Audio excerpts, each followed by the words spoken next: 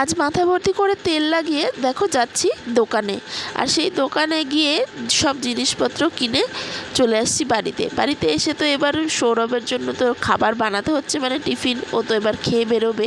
আর আজকে না তো ক্যাপসিকাম পেঁয়াজ আলু দিয়ে একটা ভাজা করছি, অনেক দিন বাদে এই ভাজাটা করছি, খুব ভালো লাগে খেতে।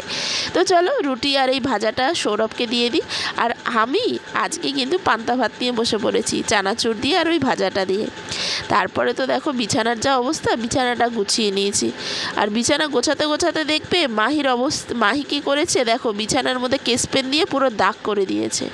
তারপরে আমি পুরো টান করে পুজোটা দিয়ে দিয়েছি। গোপালকে তো আগে দিতে হবে। আর আজকে যেহেতু মঙ্গলবার আমাদের নিরামিষ, তাই দেখো বড়ার ঝোল বানিয়েছি।